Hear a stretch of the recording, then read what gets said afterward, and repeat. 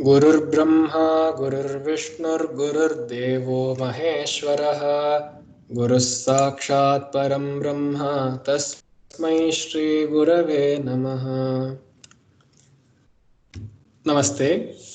Pararupa Sandhi.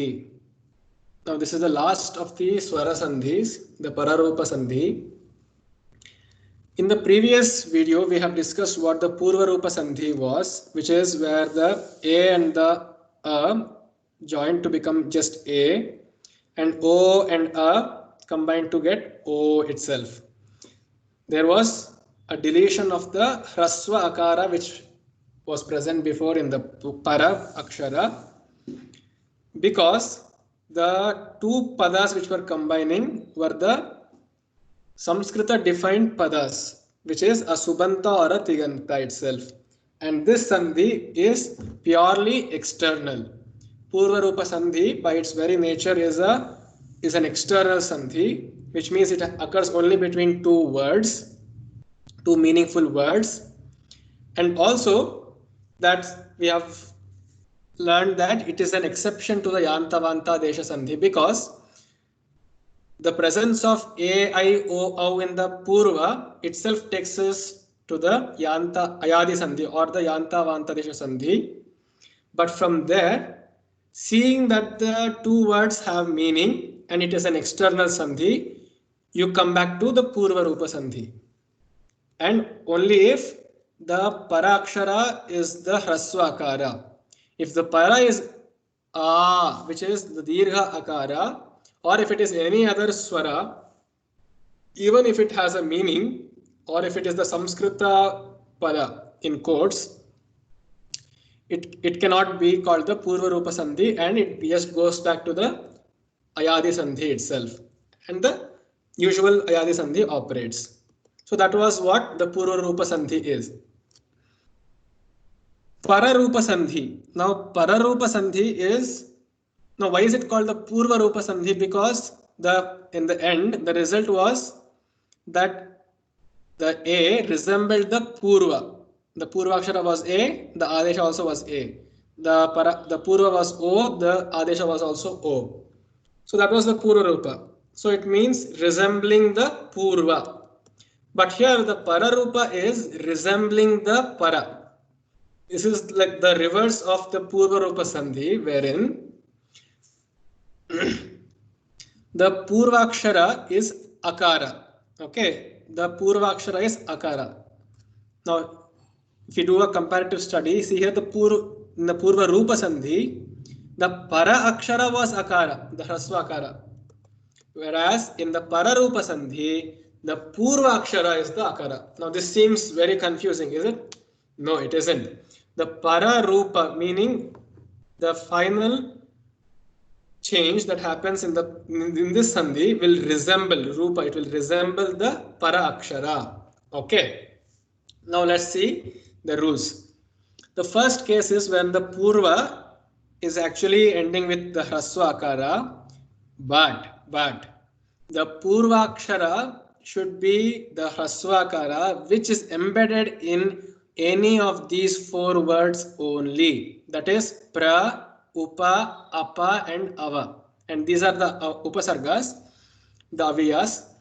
Now the Hraswa Akara which is present at the end of Pra, Upa, Apa, Ava is only considered for the Pararupa Sandhi. If any other Hraswa Akara which exists at the end of a word, let's say like Bala, Surya, Chandra, will not fall under the category of Pararupa Sandhi at all. Now this Pararupa Sandhi is an exceptional Sandhi which operates only when the Purva is any of these four words, Pra, Upa, Apa and Ava.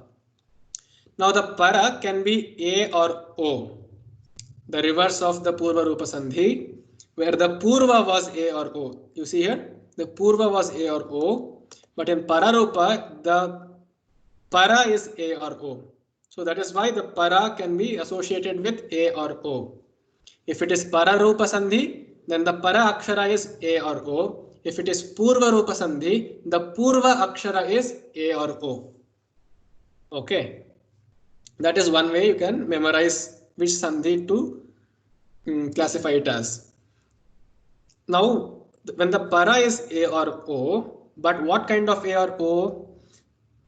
Adu yasya padasya I, U, A, O adima dhatuna. If the dhatu, let's say eti, edhi, edhate, then eshra, okra, ukra, usha, etc. All of these dhatus, they have these four letters at their beginning: E, U, A, or O.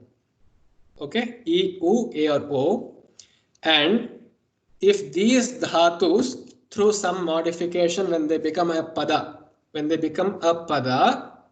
okay, this is important, when they become a pada, if their starting letter, which is the adi, is either A or O.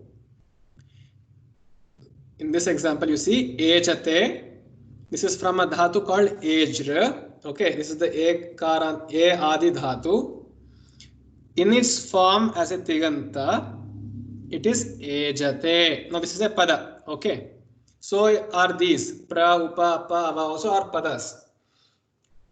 But the ejate, which is a pada, which has arisen from the A adi dhatu, the ejra dhatu, when that is the circumstance, purva being hrasva, which is present in these four, and then the para is A or O. Here, in this case, it is A from any of these dhatus. Then what happens? Parinamaha vriddhi na bhavati. The vriddhi does not happen. Which should have happened? It should have become praijate, right? By the vriddhi sandhi, A and A should have given us I. But this pararupa is again an exception to the vriddhi sandhi here and says that no, do not perform the vriddhi sandhi here.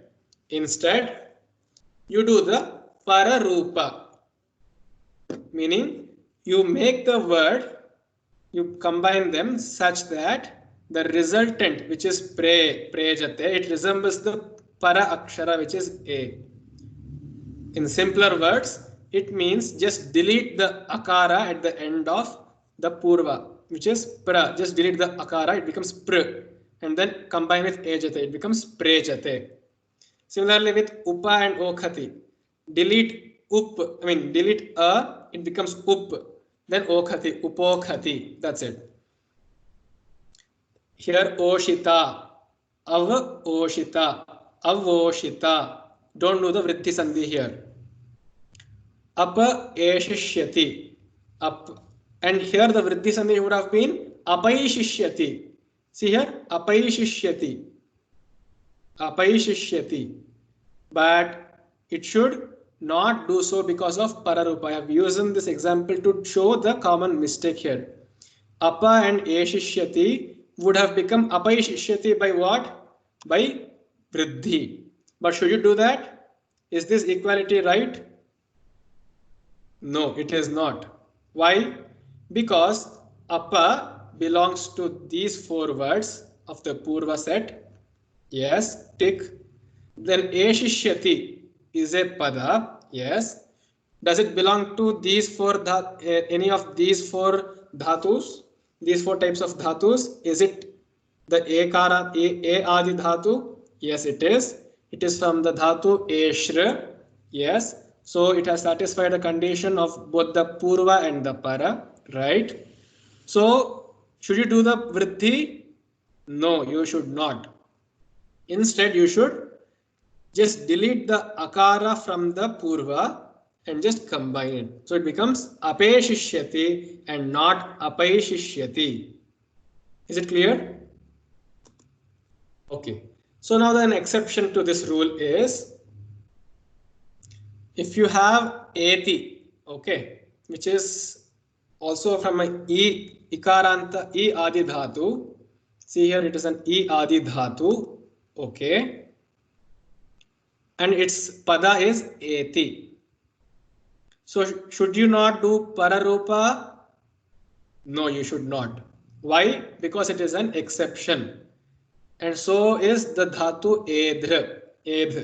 It is also an a adi dhatu, right? But Panini for some reason says that these two are exceptional. So they do not concede with the rules of, conform with the rules of Pararupa. So if you can remember the rule of Pararupa, which was Vriddhi na bhavati, don't do Vriddhi, was the rule of Pararupa. So if it is an exception, then what should be the case? Vriddhi bhavet, that you should do the Vriddhi for these two dhatus.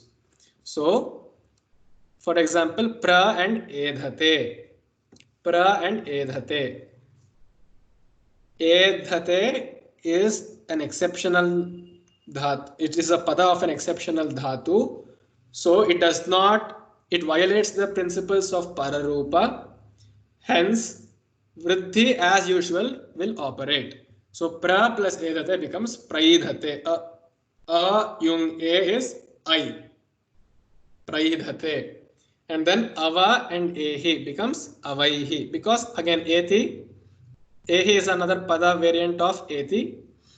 It becomes Vriddhi form itself because ehi is from a dhatu called in, which is an exceptional dhatu to Pararupa, which means Vriddhi should be done, and avaihi is the Vriddhi form. The second one, the second case of the Pararupa, first case is where the Purva is pra, upa, appa, ava. The second case is when the Purva is any a or a karanta, any word which ends with a or a, and the param here is any of these three words. Listen carefully. The para is any of these three words only. Om, ehi, or odha. Okay. Om, ehi, or odha.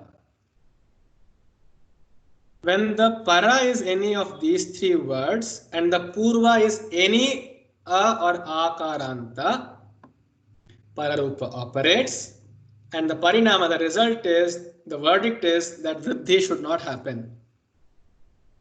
Again, the A and the O, you see that in these words, you see the A and the O, they will remain as it is, and the A or A gets deleted.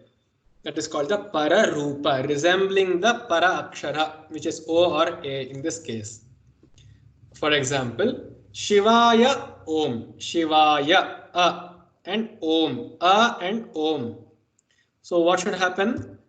If you didn't have the knowledge of Pararupa, you would have done the Vriddhi Sandhi. It would have become Shivayom, Shivayom, right? A and O becomes O.